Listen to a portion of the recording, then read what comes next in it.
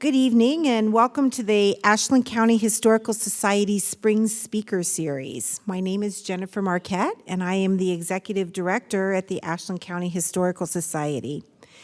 I have to start out by saying that this event has been made possible by some generous donations from the Ashland County Community Foundation, the Tom and Mary McNall Charitable Fund, the Ashland County Historical Society, and some very generous in-kind donations from the Ashland City Schools. Before I introduce our guest speaker this evening, I'd like to personally thank some people here in the community who have really made this a very nice and enjoyable event for Colonel Springer, hopefully over the last few days. First of all, I'd like to thank Mayor Matt Miller, Doug Mara, who is the Ashland County Superintendent of Schools, Jim Cutright, who is the President and CEO of the Ashland County Community Foundation, Dwight McElfresh, who is a retired educator with the Ashland City Schools and Ashland University, Josh Packard, who is the Ashland High School principal here, for all of his kind help in getting this all set up for tonight's event, Carlos Campo, the Ashland University president, and Rick Ewing, the vice president of operations and planning at Ashland University. And finally, a special thank you to Tom McNall, who is retired from Ashland Implement here in town. Tom is very passionate about all things that are NASA, and he's done several presentations for us at the Historical Society, and he was instrumental in helping us get Colonel Springer here this evening. Last but not least, I'd like to thank my staff at the Ashland County Historical Society. They work hard every day, and their commitment to our community is to make history come alive for people of all ages. So we certainly hope that you enjoy the presentation this evening. And now on to our guest speaker. So our guest speaker this evening is Colonel Robert Springer, who grew up right here in Ashland, Ohio. As a NASA astronaut, he traveled to space on both the Space Shuttle Discovery in 1989 and the Space Shuttle Atlantis in 1990. And before making these historic flights, he had an extremely successful career in the United States military. After graduating from high school in 1960, right here from Ashland High School, he attended the U.S. Naval Academy in Annapolis, Maryland, and received his Bachelor of Science degree in Naval Science. He was commissioned into the United States Marine Corps basic training. He received his aviator wings in 1966. And just some of the other accomplishments include attending Navy Fighter Weapons School, which we all know as Top Gun, so I think that's just kind of cool. And he also was a U.S. Naval Test Pilot. He went to U.S. Naval Test Pilot School, so that's all very interesting. Colonel Springer was a distinguished veteran of the Vietnam War, flying many dangerous and important missions into enemy territory before becoming part of the NASA program after his wartime experience. I have not even begun to list all of Colonel Springer's career accomplishments because they are many and they are impressive. But this evening, I invite you to sit back and enjoy the story of a true American hero and a national treasure. It is my pleasure to present to you Colonel Robert Springer. Thank you. Well, thank you very much, and thank you everybody for coming out. This has been an interesting opportunity for me to come back to Ashland and get a chance, among other things, to see the changes that have taken place. And I've got to tell you what between the mayor and the superintendent and other people I've associated with over the past couple of days, I am still just amazed at the amount of change. Now, I know a little something about change. You know, when you go from 0 to 17,500 miles per hour in just over 8.5 minutes, things change very, very rapidly. Now, we're not going quite that fast in Ashland, but it is really impressive. So, again, really been very, very rewarding to see all the things that have changed, and yet not changed in Ashland. And I want to point that out because there was a quality about it, and over the years that I've done public speaking and people ask me about my hometown, and I've always commented favorably on the people of the town, teachers that I had, and what a great place it was to raise a family. And the good news is that hasn't been lost. That hasn't been changed. So there's been some structural changes. The schools, I think, are in better position today than anybody would ever have imagined. And you have some real change agents in this city that are really pushing and pulling and tugging and making things happen, and it's so refreshing to see that. So thank you. I do want to say a special for any veterans, Vietnam veterans that are here, welcome home. All of us who have been through that exercise can appreciate what things were like back in the 60s and early 70s, and so welcome home, veterans. I personally have that feeling myself, so I know where you're coming from with that. So what I'd like to do is tell you a little bit about some of my adventures in the space program. Now, I'd like to say that I started out someplace along the line as a child, dreaming to be an astronaut. A couple things wrong with that. When I was a real youngster, 4 or 5 years old, there were no astronauts. So, obviously it wasn't a dream that far back. Now I say that because I have several very good friends who are a little bit younger than I am, and they do remember, in fact, a really good friend, actually from the Cleveland, Ohio area, who will absolutely tell you when he was 5 years old, he knew he wanted to be an astronaut, and he knew the criteria, he pursued the goals, and he went ahead and in his case, instead of being in the military, he got a PhD in physics, applied to NASA either 4 or 5 times before he got selected, but after 4 or 5 tries, he did that. In my case, that wasn't exactly the way it happened. I had left NASA, went to the Naval Academy, kind of left all this behind and went on my path through the military. Had a lot of different opportunities, and I like to stress that, not that it's lost on anybody in the crowd, but particularly for the young people that I talk to. One of the things I try and emphasize is take advantage of the opportunities that are out there. They're everywhere, and you have to be bold enough and strong enough to go in and seek out those opportunities and make the most of them. Now, I'd be lying if I told you that every single job I ever step along the way in my career, everything worked out perfectly. That was not the case. But again, taking advantage of the opportunities and capitalizing on them and seeing that all come to fruition with the acceptance in the space program. As it turns out for me, I had gone through, I had a tour in Vietnam, had gone to graduate school, had been a test pilot, and when I applied, when the NASA started accepting applicants for the first shuttle pilots and mission specialists in the 1970s. I had a good friend that I'd gone to graduate school with, Army officer, as it turns out, came over to my house and one Saturday morning said, well, NASA's announced they're going to be accepting astronauts, candidates. Are you going to do that? And I said, well, I really hadn't given it that much thought. And he said, well, you've got all the credentials. He handed me a stack of papers. He says, there's the application, sign it and send it in. And I ended up getting selected. So it's, again, just a kind of a bold step. I was enjoying a military career. Interestingly enough, one of the questions they ask you is once you go through the down select process for the astronaut program, you go through a week-long interview. And the most interesting job interview I've ever had before in my life. You sit in front of an inquisition board, if you will, a dozen or so experienced astronauts, moonwalkers and the like, who've had this experience before, and they ask you different questions. And interesting enough, how you respond to that is an important part about it. And I was honest about the fact that this had not been a long-term career plan for me, and I guess I phased it in the way that, because they said something, well, if you don't get selected, what are you going to do?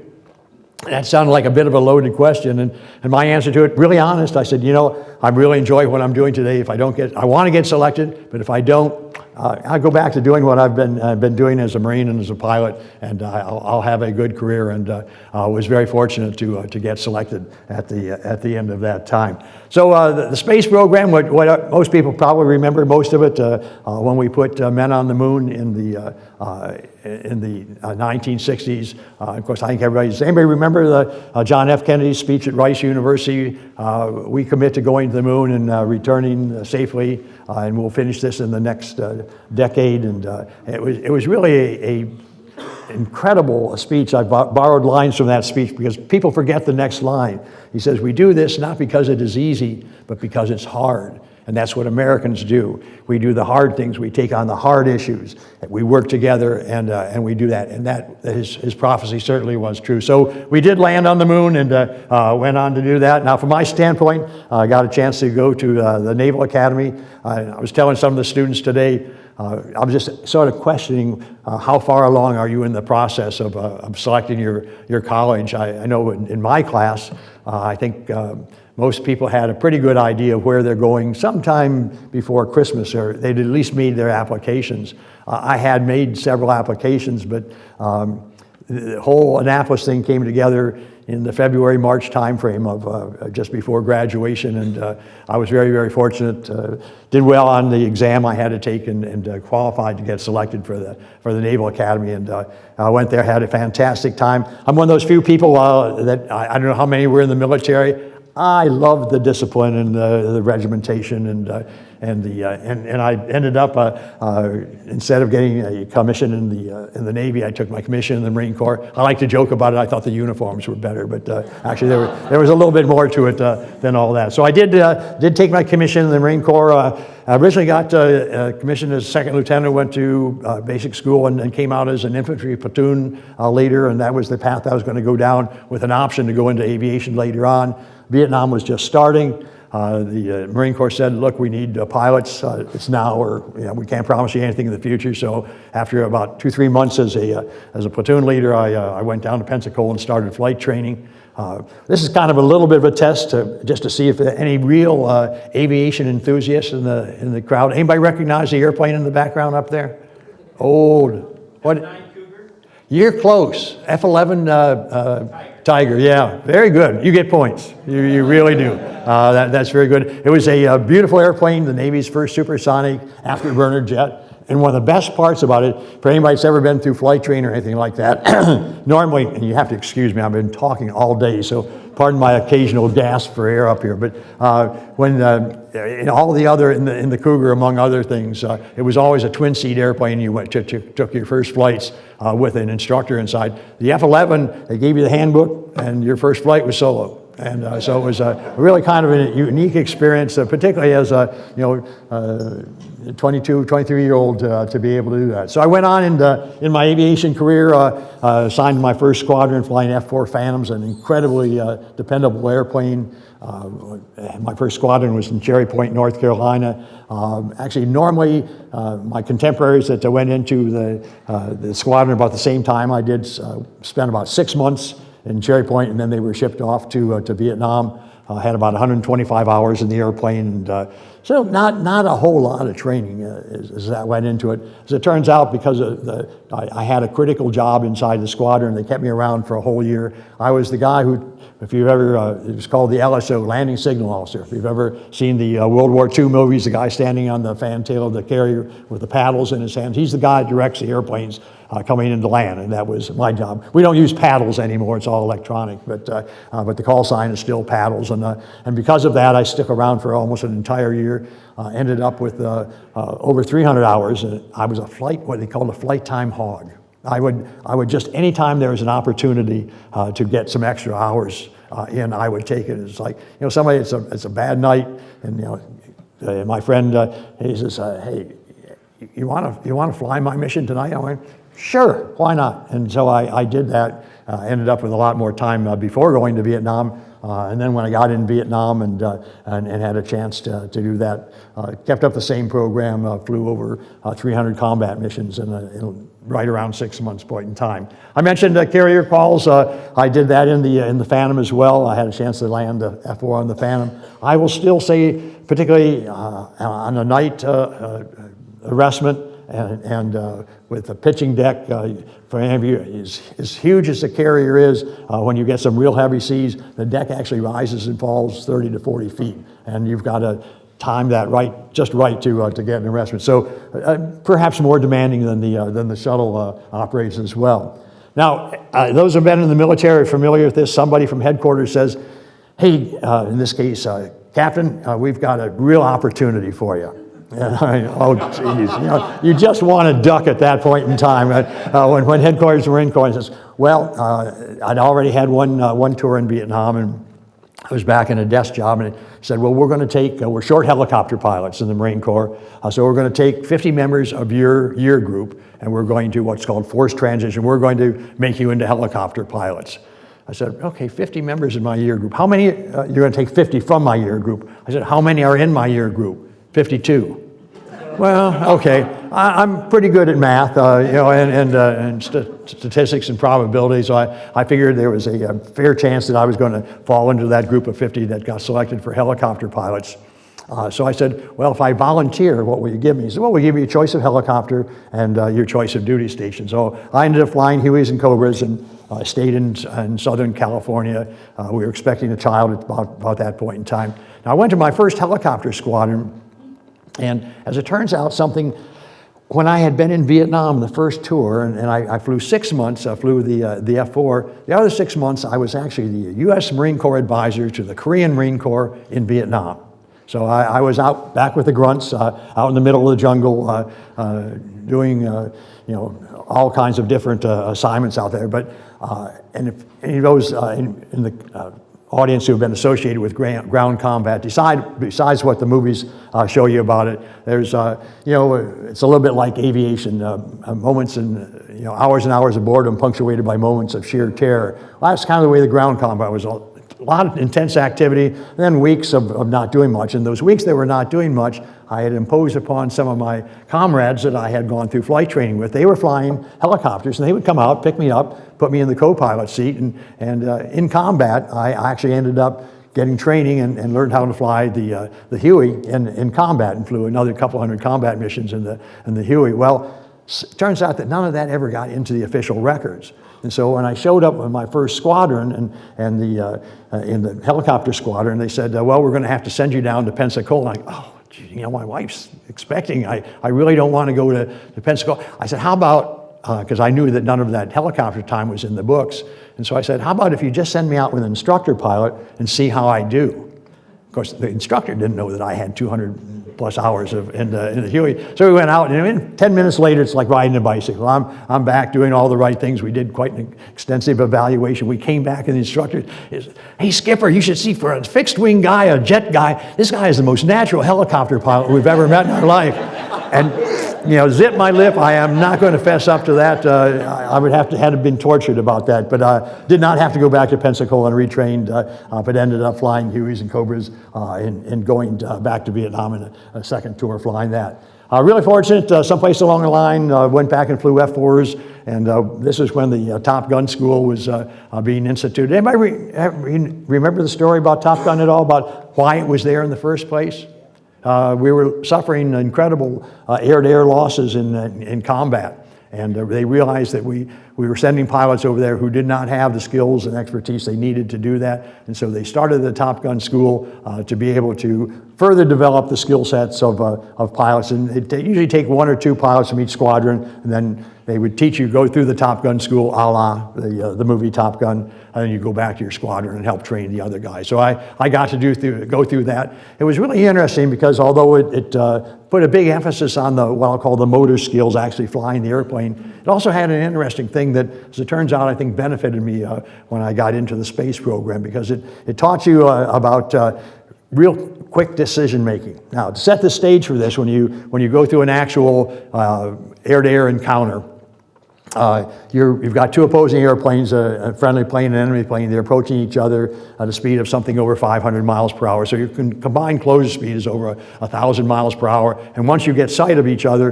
the fight starts. And you have to end up into an incredibly fast decision-making loop. And you have to just see what you're doing, observe what you're doing, respond to that with a maneuver that hopefully puts you in a position of advantage over that. And so it was a skill set, more than just flying the airplane, but the intellectual part of it, of being able to observe things and make the correct decisions. And I think that weighed heavily when I got into the astronaut program, that kind of approach to things, because that's the way I did everything after that, in the both in the military and in the business world as well. So had fun with the Top Gun stuff with that. Getting into the astronaut program, after all this, when they first started accepting applicants for it, this is the criteria. It has changed some over time. During the shuttle program, big emphasis on the flying skills. So my extensive background in piloting was very, very important to that. But part of that as well was an educational background. So when I applied, you had to have a minimum of a Bachelor of Science degree in a science, engineering, technology professional field. As a pilot, you had to have a minimum of 1,000 hours of single piloted jet time. So airline pilots didn't actually qualify under that restriction, and you had to be a single piloted jet aircraft. And then being a graduate of the military test pilot school. And I'd gone through all that, had a graduate degree along the way that didn't hurt. Now today, in the most recent selection, they've upped the ante a little bit on that. If you don't have a graduate degree, pretty much don't bother applying, and having a PhD is better. Less emphasis on the flying side of it, because unlike the shuttle, the more modern spacecraft, I joke about it a little bit, particularly with the SpaceX vehicle. You need to be able to count to 3. Push button 1, you launch. Button 2, you rendezvous in space. Button 3, you come back and do a parachute landing. So perhaps not as technically difficult. The SpaceX guys hate to hear me say that, by the way, but it's kind of easy to poke fun at them. But things have changed a bit in there. So again, more emphasis on the educational and technical side of it than on the flying side of it. Last group that was selected, 18,000 applicants, and they selected 8. One of the other changes is that we're now going about 50-50 from class to class. We had 2 women in my class. The more recent classes are 50% men, 50% women. And if you haven't read the Eileen Collins book, she was the first woman commander of a space shuttle. It's a fascinating story, really fascinating story. You'll really enjoy it, but you'll understand some of the pressures that people went through. So while all this was going on, and this harkens back actually to the end of the Apollo program, because as we were putting our first men on the moon, we actually had the design criteria for the space shuttle developed at that point in time. I say it's the initial naive concept. So here's what we're going to do. We're going to have a fleet of 4 shuttles. Each of those shuttles is going to fly 6 times flights a year, so you're going to end up with 24 flights a year. And you can see from and this is an artist's concept of it, you come back after a flight, they put the shuttle in the hangar, you got a half dozen people, they clean the windshield and put new fuel in it and launch it out, 2 weeks later. Did that ever happen? Absolutely not. And here's why. It was so incredibly complex. It's hard to see the shuttle in there. I think if I can get my laser pointer working. There's the nose of the shuttle right there. The rest of this, all that scaffolding and stuff, that's what it really took to maintain and operate the shuttle. So being able to turn it around in a matter of weeks, it was months, 6 months. A team of 3 shifts a day, 90 to 150 people per shift, working round the clock for 6 to 9 months. And that was because of the incredible complexity of the shuttle.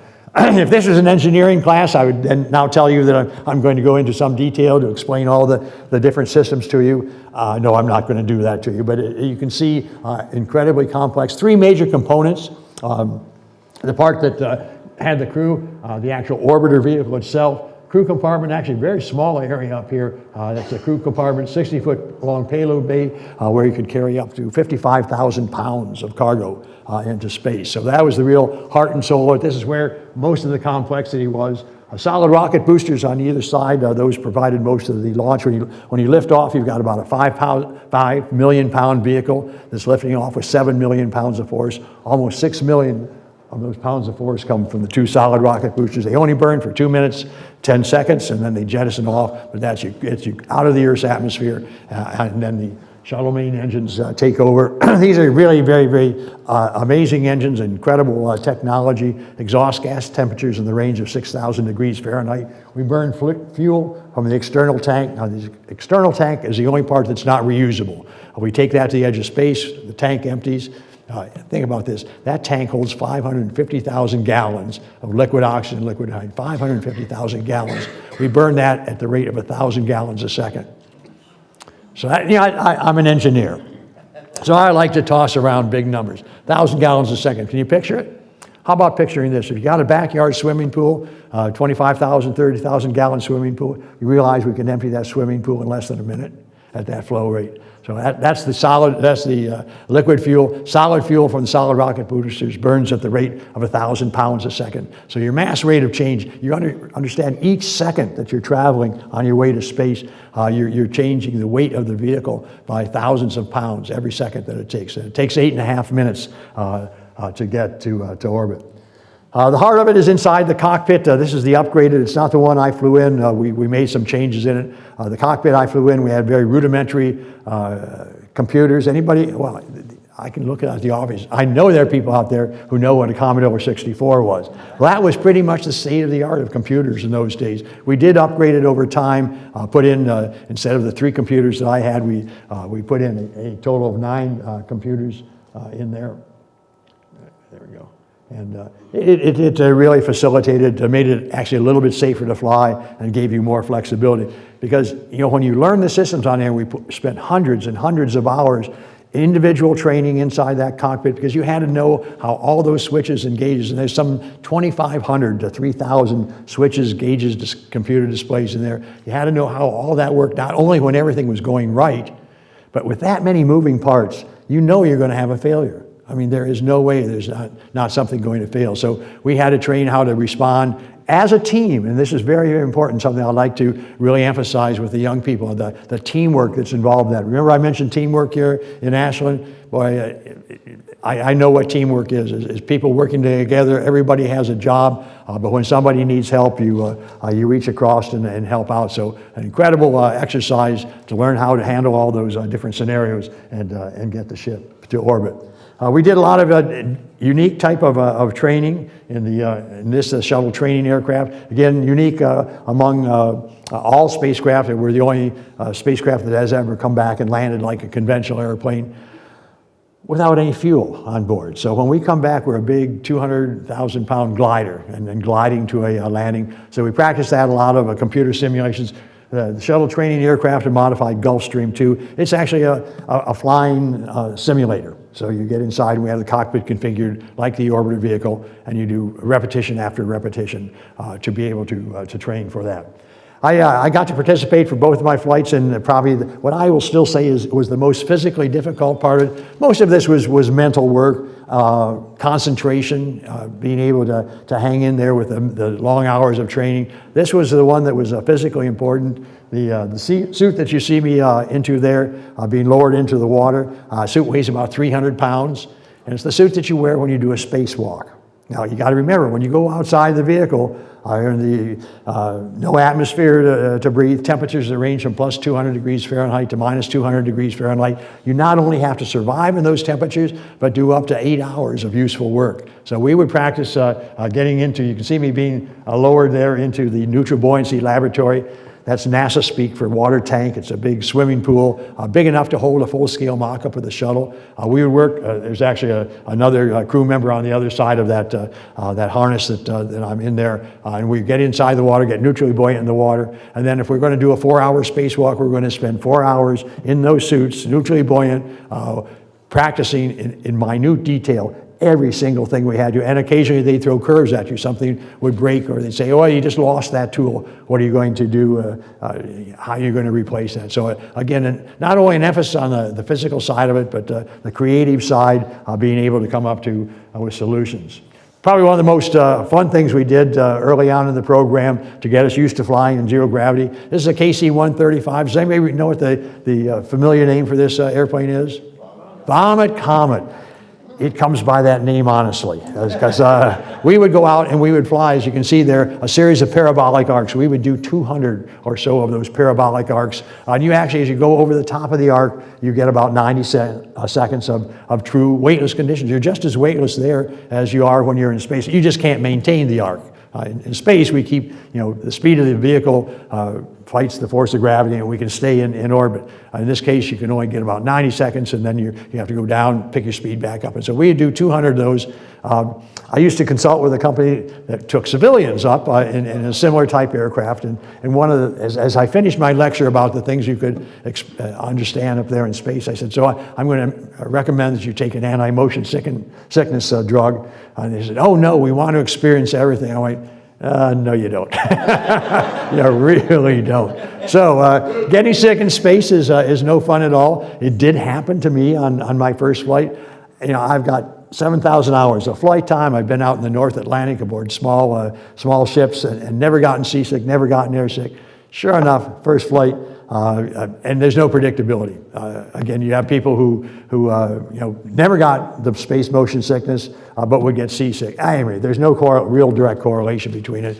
Got up on space back in the days early days when I flew. You treated prophylactically. You took an anti-motion sickness drug. They didn't want you to stay on that because it made you sleepy, which is not good in a spacecraft until you're supposed to go to sleep. So first day I'd taken the drug and we got through, we deployed the satellite, and then the second day I got up and going, something doesn't feel right. And so I realized I had space motion sickness, and sort of as we went through the day, I realized that I was in fact going to have to vomit. So we, just like you have on the airliners, the correct term, by the way, is emesis bag, in case you're, barf bag is another term. And we all carried them because nobody knew who was going to get sick. And because of my military background, if anybody's ever flown in a military airplane, if you get sick in an airplane, the crew chief doesn't clean it up.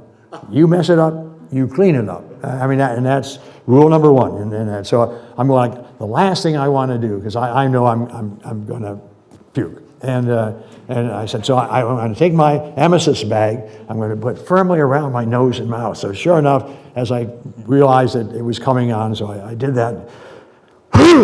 Hurled into the bag, hit zero gravity, hits the bottom of the bag, woof, right. Devastated. I could just, my whole life flashed in front of my eyes. And I can see the headlines in the newspaper, astronaut dies in his own puke. Well, we got that cleaned up and that was my last acquaintance with the motion sickness. But suffice to say, if you ever get a chance to fly on the Vomit Comet, take the motion sickness drug. We did use that a lot. We did some training in it, mostly just to get acclimated to it. So we were, my crew and I were getting ready for a launch in March of 1986. We were fully trained. We were the next crew up after there was a launch in the end of January 1986, and I think everybody remembers that because that's when we lost Challenger, and everything stopped.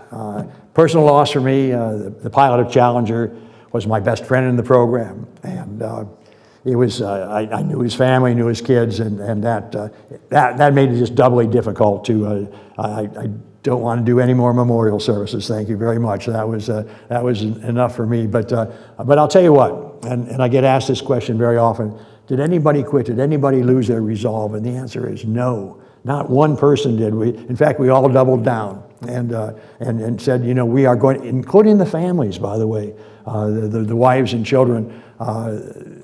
They knew what the people on board the Challenger wanted, and it took us 3 years to get back into it, but we did.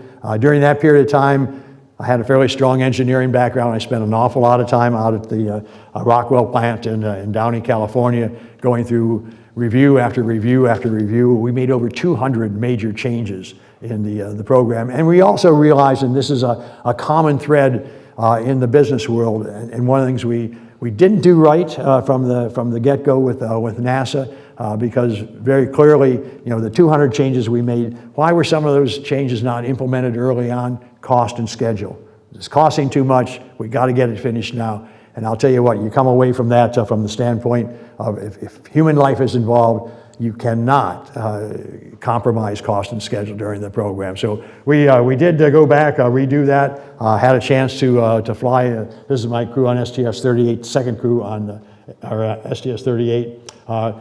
Got everything going back together in a relatively quick period of time once we got back into the training. Here's the orbiter on the pad. You got to remember, even though we come back and land like an airplane, so the cockpit is configured like an airplane cockpit. It's like the seats you're sitting in now. But for launch, you're sitting 9 degrees tilted up. So if you can imagine wearing a suit, you can see that orange, what we call the pumpkin suit that I'm going into there, about close to 100 pounds of weight, laying on your back, strapped in very tightly. Normally in that position for about 2 hours before launch. We'd gotten up at 3 o'clock in the morning, suited into our suits, went out to the pad, got strapped in, and we were ready to go. Everything was looking good. And then the weather hit. There's a South Florida's thunderstorms roll through. If there's lightning within 25 miles of spaceport, you will not launch. So my crew, instead of launching at 8 o'clock in the morning after 2 hours wait, launched at 11 o'clock in the morning after 5 hours. And you know, when they, we were devastated. We were strapped in. We were ready to go. The vehicle was looking great, and the flight directors, and you could tell it in his voice. He says, "Guys, sorry," and we go, "Oh crap! We're going to have to hold. We think the weather will pass through. If it's okay with you, we're going to delay." And I'm like, "Well, crap! We've only waited 9 years for this opportunity. Yeah, we can wait another." I didn't know it was going to be 3 hours, but we finally did get the weather to clear and get down for lift. Now, when this all comes together, this is a culmination, in my case, of almost 9 years of training because of the 3 years of delay after that. You're out there in the shuttle pad. The main engines actually start up 6 seconds before liftoff. That allows the temperatures and pressures to stabilize. Because the engines aren't pointed straight down, they're canted off a little bit. When you start those shuttle main engines, that whole 5 million pound stack sways 24 inches. When it comes back across top dead center, you ignite solid rocket boosters, and you're lifting off. Again, 5 million pound vehicle with 7 million pounds of force. Incredibly dynamic in the cockpit. You push back into your seat with 3 times the force of gravity. As you clear the top of the launch tower, you're already going 100 miles per hour. And it just keeps getting better from there. You're continuing that acceleration. If you've ever launched, you notice we don't actually go straight up because you not only have to gain altitude, you have to gain speed. So it's a curvilinear path as we're accelerating over that 8.5 minute flight. 2 minutes and 10 seconds into the flight, we jettison the solid rocket boosters. For the shuttle, we actually sent a team out. They parachutes landed them in the ocean. We could go out and pick them up and refurbish them.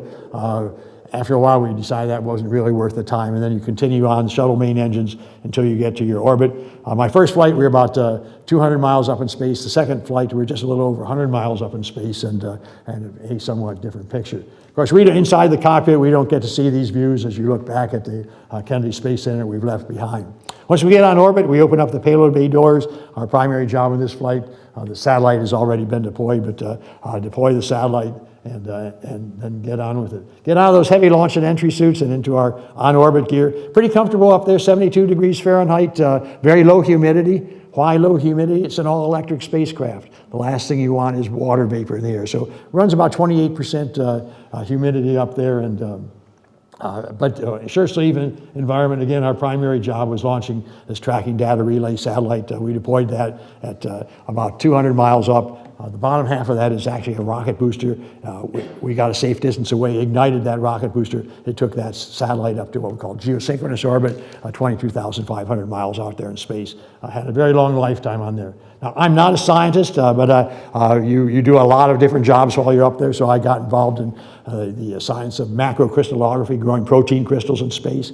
That is the basis of all the pharmaceutical things we're doing now. We have come up with, using the microgravity environment of space, different ways to process drugs that we can't do here on Earth. And I got to participate in some of those early experiments. Took a lot of pictures while we're up there, in this case using the IMAX camera, and just a joy to look out the window every chance you could get and take your pictures. Now we do have to eat while we're up there. The food's pretty good for military guys. We basically had MREs, meals ready to eat. We couldn't cook anything. We could heat things. We had a little bit of a convection oven, and a big variety of food, everything from beef steak to chicken tetrazzini. Basically, these days, if you can cook it and dehydrate it, it's usable. So we did that. We did get creative at times here and having some breakfast tacos up there. Now I'm going to point out a couple of things to you. On the wall there in the background, you can see this alligator clip with some Velcro on it. Velcro, very important. It was not invented for the space program. We just used it. Somebody pointed out the other day did you have to maintain the constraint because it's flammable, and you can only have so much flammable material in any square foot of space. So we had to use these little tabs. So we used the little tab. The alligator clip there holds the taco in place. So for the people of science in the room, you notice the food is sticking to the tortilla. Why? Anybody? Bueller? Any answers? Anybody want to hazard a guess at that one? Surface tension of fluids. As long as there's moisture in there, it will the molecules tend to cling together, and you can see that because it was one of what I call stupid astronaut games you play. You take your orange juice in the morning, you squeeze out a blob, and it forms a perfect sphere. Then you can just take your straw and put it in the middle and suck it out of midair. So it makes it kind of fun. Sleeping up there was an absolute joy. I didn't sleep much. You probably already figured it out. I'm kind of a type A personality, and I figured it out early on. I got 5 days to spend in space. Why would I waste it sleeping? So while the rest of the crew was down on the middeck in their sleep restraints, world's greatest air mattress. I mean, somebody said, well, doesn't it feel different being upside down? Zero gravity. You're not upside down. Somebody is, I guess, if you want to use an orientation, but the blood doesn't rush to your head just because you're inverted there. So most of the crew did use the sleep restraints. I like to just float to sleep. So you could usually find me while the rest of the crew is down on the middeck in their sleep restraints. I'd be up there on the flight deck looking out the window, taking pictures, and when I finally got tired, I just folded my arms and floated to sleep. It's a world's greatest air mattress. We did have some issues with personal hygiene up there. It's not the bathroom back on Earth. There's no running water. There's no flush toilets. And so life was up there. I like to, particularly with the youngsters, when I have them in the classroom and talk about brushing your teeth, they say, well, what do you do with the toothpaste? Just swallow it. It's particularly the girls. They always cringed at that one. But we tried to maintain a high degree of cleanliness. Very, very important today on the International Space Station, because shuttle came back and we could clean it thoroughly on the ground after every flight. Space station's up there, and it's what happens in space stays in space. So everything that's up there is staying up there. Now, usually I wait till the end and I say, does anybody have any questions? And I'm baiting you, but I'll pass that up tonight. So how do you go to the bathroom in space? And the answer is the same way physically as you do here on Earth. So your bodily functions don't change from that standpoint. The process is a little different. You see two different variations up here. The shuttle toilet over here, this is the space station toilet. This was a little bit more unique. You can see these foot restraints down there. You've got to be firmly seated on the throne. So you put your feet in those foot restraints, and then you sit down. Then on either side, you have these thigh restraints. You pull those thigh restraints so it keeps you firmly seated on there. You can use the urine collection device if that's all you've got to do. A fecal collection, kind of standard configuration back there. And of course, at the end of the day, you got to remember to finish the paperwork. But again, I'll tell you what, it is not the best part of spaceflight, no matter what anybody tells you about that. The second flight in particular, I had more of a chance to look out the window and take pictures, and it's just the most captivating view. Again, remember, you're going around the Earth every 90 minutes, 45 minutes of daylight, 45 minutes of darkness, and just enjoying the most incredible views that you can imagine. Those are still frozen in my brain forever. The beauty of the planet. But you got to see things like flying over the South American continent. In 1989, we saw a smoke pall that covered easily over a third of the South American continent. And we actually, as part of the photography experiment that we had people on the ground taking photos of what was happening. Smoke pall was caused by, at that point in time, they were burning off the Brazilian rainforest, the rate of an acre a second. Every second, an acre of timber disappeared. And I mean, it breaks your heart to see what is happening to our planet. Let's see, St. Lawrence Seaway up there. This one you should recognize the night shot of Florida. Yeah, you can see it up there. I used to live, the Cape is right here. I just moved up to Jacksonville recently. There's Orlando. I can see Mickey waving at you from here. So, but some incredible views. Baja, California, and just this one's easy. Italia. Yeah, you can see Rome and Florence on the coast. This one's the one that's just a little bit slightly harder. Yeah, Egypt and the Nile River. I mean, I'm always fascinated about this because as you fly, again, you got to remember, you're going around the planet every 90 minutes, 45 minutes of daylight, 45 minutes of darkness, and the character of the what's below you, you can see the big city areas, but look at all those dark spaces out there. There's an awful lot of the planet, and there's a reason it's called the blue planet. We have an awful lot of water out there. 66% or so of the Earth's surface is covered by water. Some great scenes of that. You can see the change in the water depth. The dark blue maybe several thousand meters deep, and the lighter blue just a few meters deep.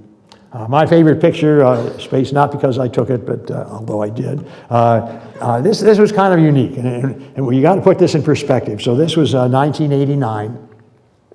We didn't have digital cameras, so we're all still using print film. And it's a real trick. The speeds on the more modern cameras are much better than what we had. But in this case, what I've been able to do is take the frame at just the literally right second, or fraction of a second, to catch the sun setting and the setting sun split in half by the Earth's limb split by the setting sun. The color spectrum in the background, that is the sunlight reflecting off the Earth's atmosphere. What looks like about a foot up there on the screen is actually the 400,000 feet of sensible atmosphere that's out there. And I'll tell you what, I can't imagine anybody flying in space and not coming back an environmentalist. Now you see that, you realize that 400,000 feet of atmosphere is what allows us to live on this planet that we call home. And I'll tell you what, you look across it, I'm not going to beat the drum too much on the climate change stuff, but it's real, and you can really see that from what we've been doing in space. So I can't. You really, over my life since then, I really emphasized the impact on the planet. Now we do use that atmosphere to our advantage because we're traveling around the Earth at 25 times the speed of sound. When we come back to land, we've got to slow down. So as we do a deorbit burn, we actually flip the shuttle around. We fly tail first. We burn the engines in that direction, so we're burning in the velocity vector, for those that are familiar with vectors, and what that has effect, Newton's third law, every action has an equal and opposite reaction. We slow down just a couple hundred miles per hour from our 17,500 mile speed.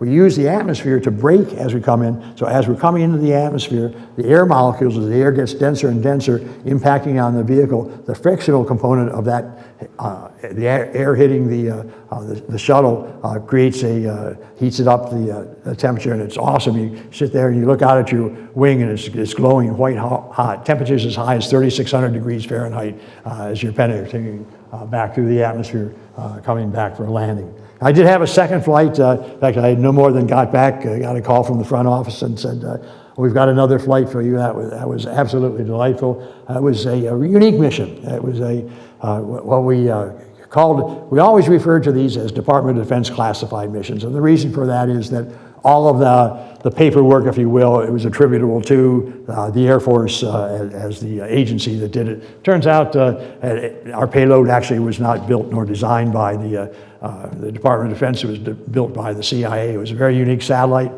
And that's where that story stops tonight, folks, because it's as the saying goes, I'd tell you and then I'd have to shoot you. So we'll not deal with that. A unique mission originally scheduled for May of 1990. So I'd come back just the March of the prior year, and here I was getting ready to go back again for a second flight. Unfortunately, we had some problems. The flight was delayed. All military crew, there's an interesting aspect of the all military crew. On my first flight, one of my crew members was a medical doctor.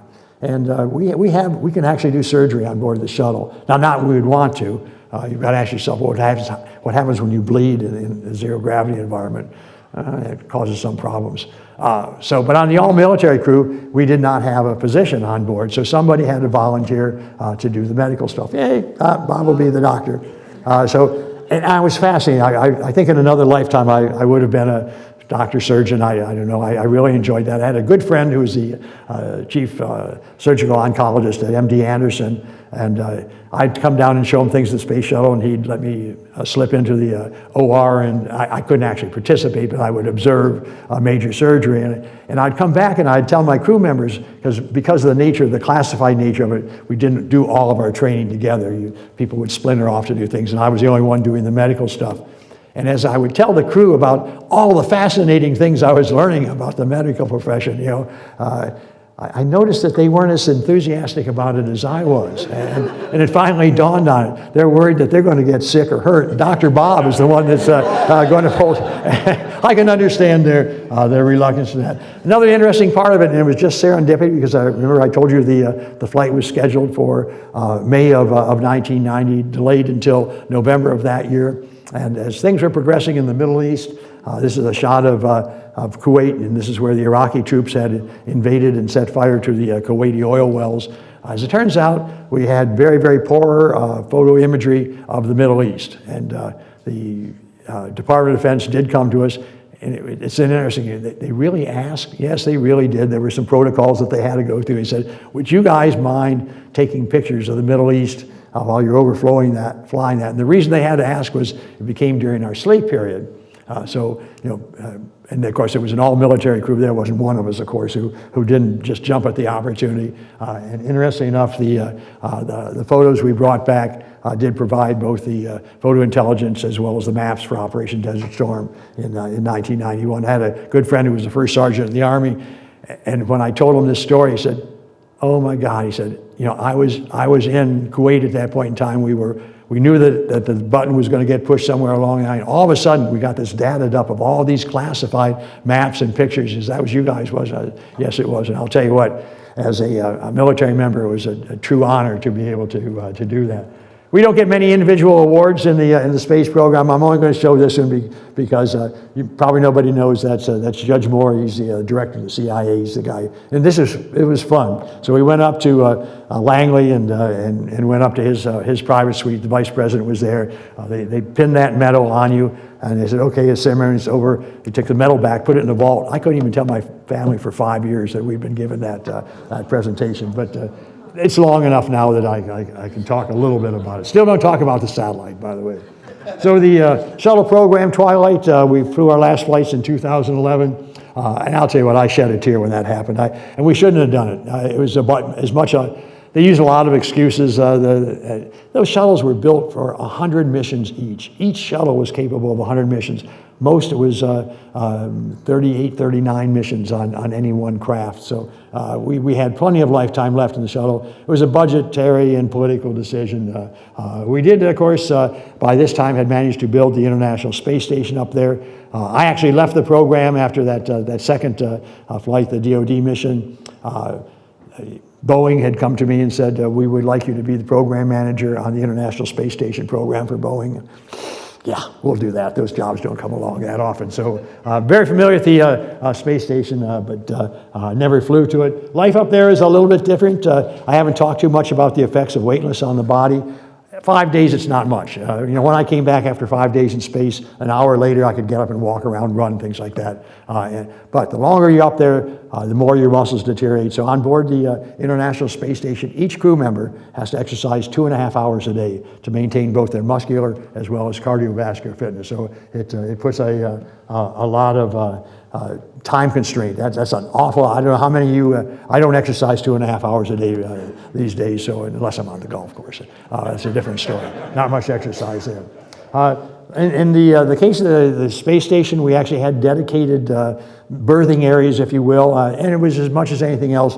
When you're going to be up there for 4 or 6 months a year at a time, having some place where you could have a bit of privacy, shut the rest of the world out. So the space stations up there were kind of unique and made life more tolerable.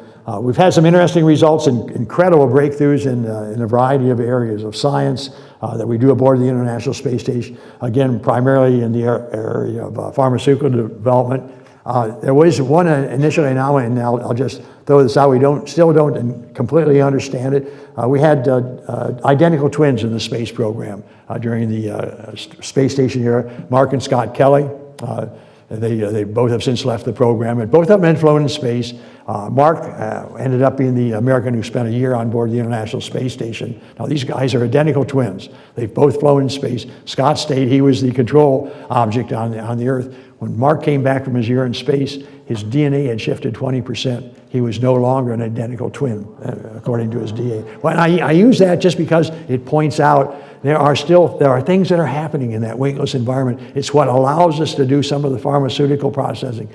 When you have compounds, they mutate in ways that we can't necessarily duplicate here on Earth. So an incredible amount. You're going to see commercial space stations up there in the not too distant future.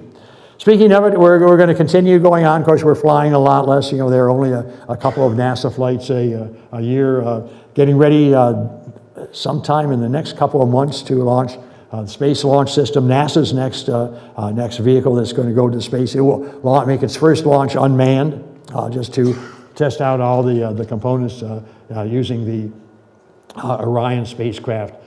But in addition to that, and this is probably one of the most interesting things that's happening today in space, is the advent of commercial space up there. Jeff Bezos and Blue Origin, Elon Musk and SpaceX, and actually I've only shown 6 or 8 of the companies. There are 24 or so companies that are out there that are starting their own ventures in space. And you got to be careful, because I'm personally a proponent of it. On top of everything else, somebody said, well, you can't trust commercial companies to build spacecraft. That's the domain of the government. I said, the government doesn't build anything. They let contracts, and Rockwell or General Dynamics or Boeing or Lockheed Martin builds the stuff. So, nothing's really different. It's just who's writing the check. In this case, Musk and others. Musk is putting $1 billion a year of his own money into the space program, just to give you an idea. So, incredible, and I think this is where things are going to really come together. SpaceX with their Crew Dragon, Boeing. Boy, there's a typo in there. It's not a Streamliner. It's a Starliner. Didn't notice that. I'll have to go back and do it. The next phase that we're going on is Project Artemis. Anybody, does the name Artemis ring a bell with any of you, the mystics in the crowd? Think Apollo. Think Apollo's twin sister, Artemis. Okay, all right, so there we go. There's the clue to that. A really aggressive program. On paper, we're going to do this sometime in 2024. I wouldn't bet on that one. There's just, one of the things about the space business and with the budgetary process and all that, there's just far too many unknowns. Putting a date on a piece of paper this time, you got to work towards something, and having something to work towards, that's great. I wouldn't plan on being there to launch of Artemis in 2024, but that's the way it goes. So a very bright past in what we've been able to do, incredible accomplishments, a lot of changes taking place, and the more we find out, the more we see that need for change, and I'll bring that back to Ashland. Incredible what and I'd like to say a relatively small group, but you don't do these things in a singular way. I'll bet the mayor and the superintendent would tell you that it's not a singular effort. It's a whole group of people, a lot of dedicated people making this town into something really, really special. And I still very, very proud to list Ashland as my hometown. Thank you very much.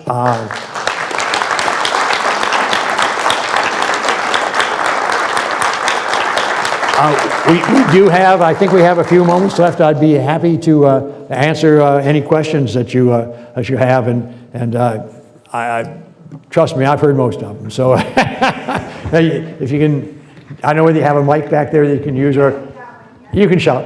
What was the most difficult aircraft you flew? Most difficult aircraft. I had some flights in the F-8 Crusader. That was a little bit squirrely. The whole configuration, and the pilot sat a long way back from the nose, and when you came into landing, you actually had to skew it a little bit so you could see the center line on the deck. It was a difficult airplane to fly. By and large, in more modern aircraft are actually easier to fly than some of the older aircraft that were there. And the emphasis, the complexity in modern airplanes is on the computer systems, the weapon systems, and things like that that are really a bear to manage. Good question, though. Yes? Is the junk in space becoming a problem? The junk in space is indeed a problem, and we don't really have a good solution for it. I mean, I've seen some schemes. And people are serious about this because it's a serious problem. Musk is putting up a constellation of 1,000 or so satellites, and we're going to fly through that. Now, it's not as bad as somebody characterized it to me one time. It would be like putting a peanut on a football field, and what's your chance of stepping on the peanut? Well, not too great, but it's still there, and so it is a problem. And the trouble is, it doesn't have to be a very big peanut, as it turns out. You're working the equation of, the force is equal to 1/2 mv squared, and the key there is small mass, a few ounces literally. A marble traveling at 25 times the speed of sound is a dangerous weapon.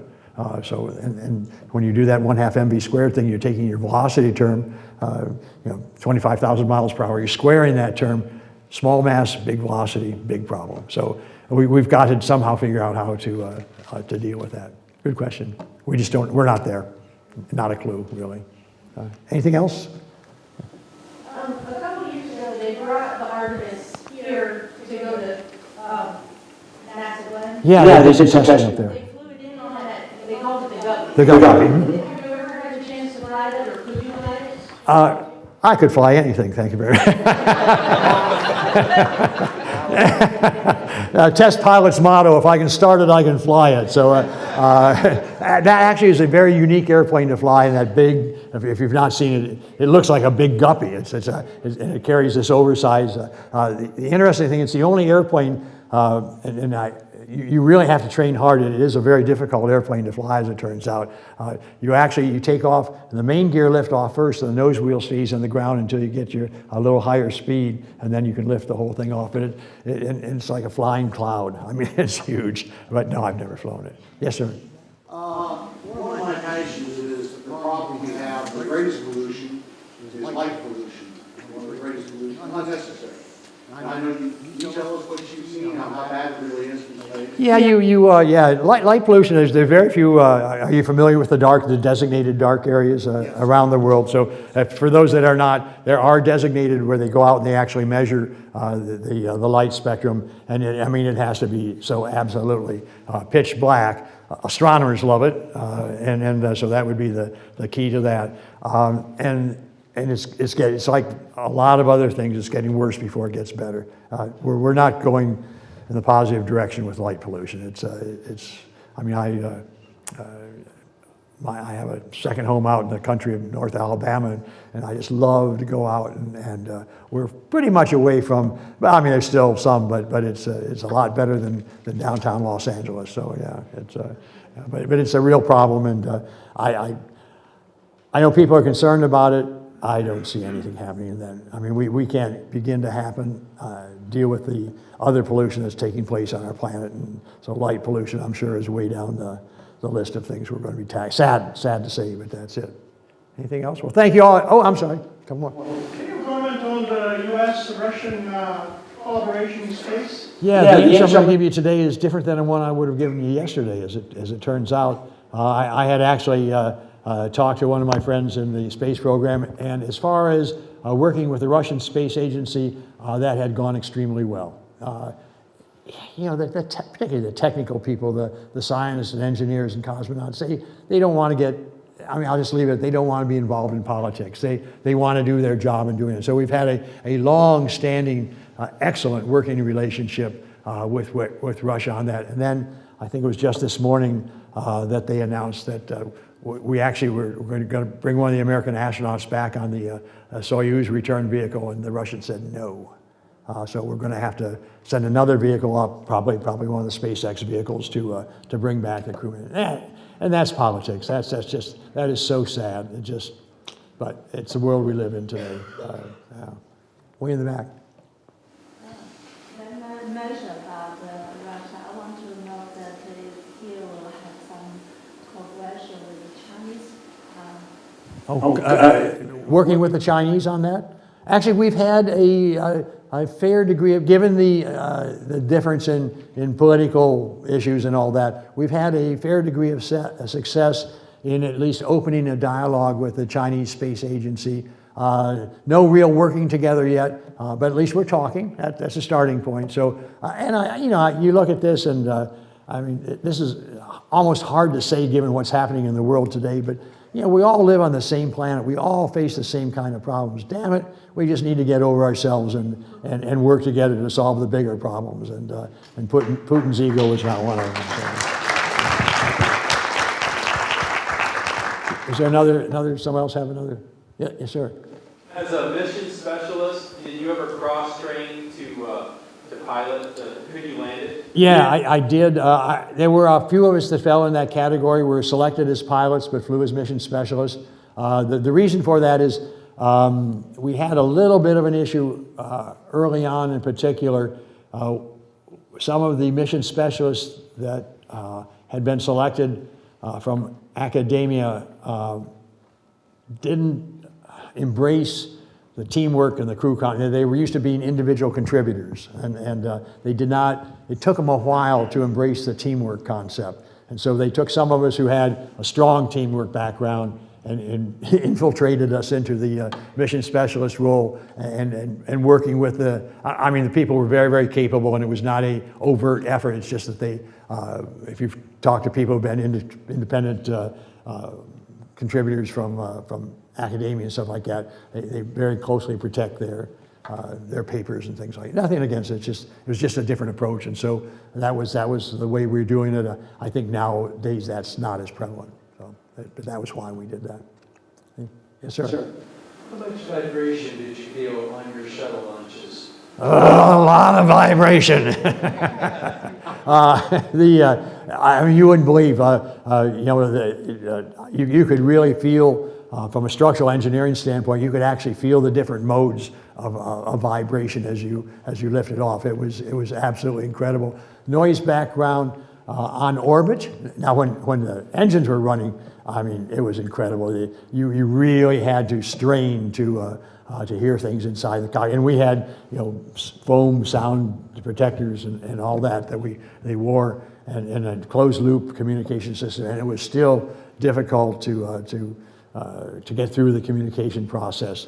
And there's no real way to, as long as you're using chemical fuels and the like, and you're basically having a controlled explosion, the noise is going to be on orbit, about the same level of noise as you have in an airliner. So about a 60 dB hum in the background. And you got used to it.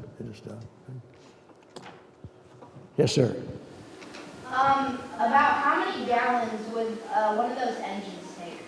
Well, we burned all 550,000 gallons, so 3 engines, you divide that by 3 and you got your answer. QED. That means you get to figure out the math yourself. Well, thank you all very much. I'm sorry, one. You worked on STS-3, which was the first space shuttle that used unpainted fuel tank. Yeah. Good idea of unpainted. Well, actually, who was the idiot that thought of painting them in the first place? It took 500 gallons, 500 pounds of paint to cover that external tank, and it gained you absolutely nothing except to change the color. And so instead of a nice shiny white, we went back to that pukey orange, but that's all right. We had 500 pounds of payload we could do with it. It was just a mistake from an engineering standpoint that we got into that. So again, thank you all very much. Thank you. Thank you, Colonel Springer. Thank you so much. Thank you all for coming this evening. It's been such a pleasure and an honor to have you here with us these past few days, Colonel Springer. He's had quite an adventure with us here in Ashland. His time has been taken up, and he said he didn't like to sleep in space. Do you like to sleep in Ashland? Because I don't think that you've gotten any, right? What little I got, yes, it was very enjoyable. Yes. It wasn't that bad. So thank you all for coming tonight. Thank you, Colonel Springer, My and pleasure. everybody please have a safe trip home. Thank you.